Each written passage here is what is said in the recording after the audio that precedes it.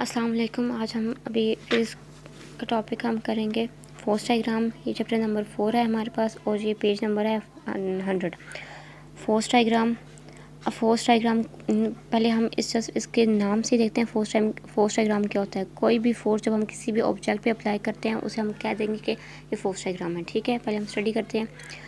दूसरा, the affect of the force acting on an object means कि हम कोई भी अफेक्ट ऑफ फोर्स अप्लाई करते हैं ऑब्जेक्ट पे, वो हमारे पास फोर्स डायग्राम ही होगा। ठीक है, और ये हमारे पास वेक्टर क्वांटिटी होती है क्योंकि इसमें हमारे पास डायरेक्शन शो हो रही होती है, अपवर्ड है, डाउनवर्ड है, कौन सी, और एरो से हम रिप्रेजेंट करते हैं, इसलिए हमारे पास है वेक्टर क्वांटिटी। ठीक है, उसके बाद यह कि मैं आपको इसका कॉन्सेप्ट बता देती हूँ।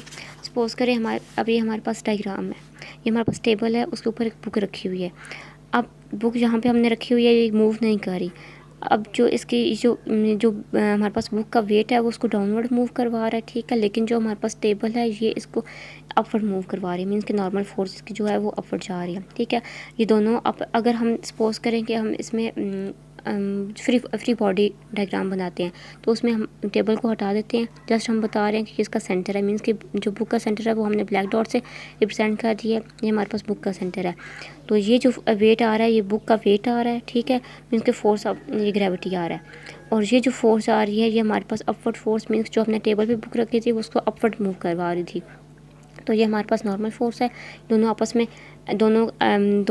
दोनों फोर्स आपस में एक दूसरे को कैंसिल कर देंगे तो हमारे पास फोर्स डायग्राम हो जाएगी। ठीक, नेक्स्ट सपोज हम कोई भी ब्लॉक रखते हैं, कोई भी हमारे पास प्लेन सरफेस है। ठीक है, प्लेन सरफेस या कोई भी टेबल है। ठीक है, वो उस पर हम कोई भी ब्लॉक रखते हैं, वो हम रखते हैं 10 न्यूटन का। ठीक है, अब 10 न्यूटन का हम उस पर ब्लॉक रख लें, मीन्स कि ये हमारे पास आ गई फोर्स है। ठीक है, ये हमारे पास फोर्स है। अब मीन्स कि हम इसको सरफेस को या टेबल को हटा देते हैं, फ्री बॉडी डायग्राम बना लेते हैं। अब ये हमारे पास जस्ट ब्लॉक है, इसके साथ कोई भी सरफेस नहीं है। अब ये जब मूव कर रहा है, डाउनवर्ड मूव कर रहा है, मीन्स कि ये फोर्स ऑफ ग्रेविटी है। अब जो उसकी फोर्स थी वो 10 न्यूटन से ही नीचे की तरफ मूव कर रही है, ग्रेविटी मीन्स कि वो उसको फोर्स ऑफ ग्रेविटी उसको अपनी तरफ खींच रही है। ये हमारे पास हो गया F is equal to 10 newton. ठीक है, जब हमने और इसमें जब ये सरफेस जो ये थी ये इसको ब्लॉक को ऊपर की तरफ मूव करवा रही थी, तब ये हमारे पास स्टेबल था। ठीक है, तो इसकी कौन सी फोर्स थी, वो भी हमारे पास थी फोर्स, नॉर्मल फोर्स थी, वो भी 10 न्यूटन की थी। तो इस तरह ये दोनों फोर्स आपस में एक दूसरे को कैंसिल कर देंगी, तो ये हमारे पास ये जो ब्लॉक था ये स्टेबल था, ये इसमें कोई मूवमेंट नहीं थी। तो इसका ये फोर्स डायग्राम का कुछ ऐसा ही कॉन्सेप्ट है। ठीक है, अब हम इसके जो एग्जाम्पल है वो देख लेते हैं। In force diagram, the object on which forces are shown is reduced to a dot at its center and the forces act on object are represented by arrow pointing away from it. Means कि अब हमने ये बताया हुआ कि इस dot से इसकी फोर्सेस अप्लाई हो रही हैं, ये डाउनवर्ड जा रही है, जिसका जो वेट था वो डाउनवर्ड लेके जा रहा है, और जो नॉर्मल फोर्स है वो अपवर्ड लेके जा रही है। ठीक है, और ये किससे हम रिप्रेजेंट कर रहे हैं, एरो से, तो इसलिए ये हमारे पास क्या होगी, ये हमारे पास थी वेक्टर क्वांटिटी। ठीक है, उसके बाद for example if we were to draw a force diagram of this textbook place at rest on table पे ये एट रेस्ट पे है। ठीक है, we will reduce textbook to a dot.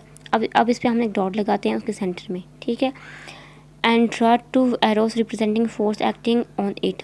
One of the force is one weight of the book putting it's downward. ठीक है, अब हमारे पास जो वेट है वो डाउनवर्ड जा रहा है।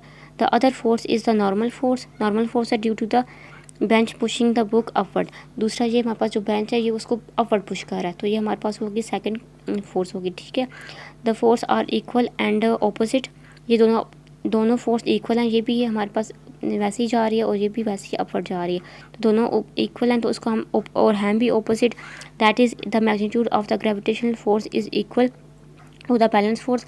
अब हमारे पास ये जो बैलेंस बुक कर रही है ये जो हमारे पास है ये भी फोर्स इक्वल है, ये भी फोर्स इक्वल है, दोनों का मैग्नीट्यूड भी इक्वल है, तो इसलिए हमारे पास इन दोनों का आपस में कैंसिल कर सकते हैं। ये हमारे पास अपवर्ड जा रही है, ये डाउनवर्ड जा रही है, दोनों का मैग्नीट्यूड भी सेम है, ऑपोजिट डायरेक्शन में हो तो उनको हम कैंसिल कर सकते हैं। ठीक है, तो इसके इधर लिखा हुआ these two forces are an example of a balance force. When the object is acted on balance force, the forces cancel each other out and the object behaves as though no force is acting on it. ठीक है, जब ये आपस में opposite direction में ये दोनों आपस को एक दूसरे को कैंसिल कर देंगी, तो इससे ये पता चलेगा कि इस बुक पे कोई भी फोर्स अप्लाई नहीं हो रही। ठीक है ना। अगर कोई फोर्स अप्लाई हो रही होती तो ये डाउनवर्ड जा सकता था या अपवर्ड जा सकता, लेकिन ये स्टेबल है, इसमें कोई मूवमेंट नहीं है, तो इस पर कोई भी फोर्स अप्लाई नहीं हो रही।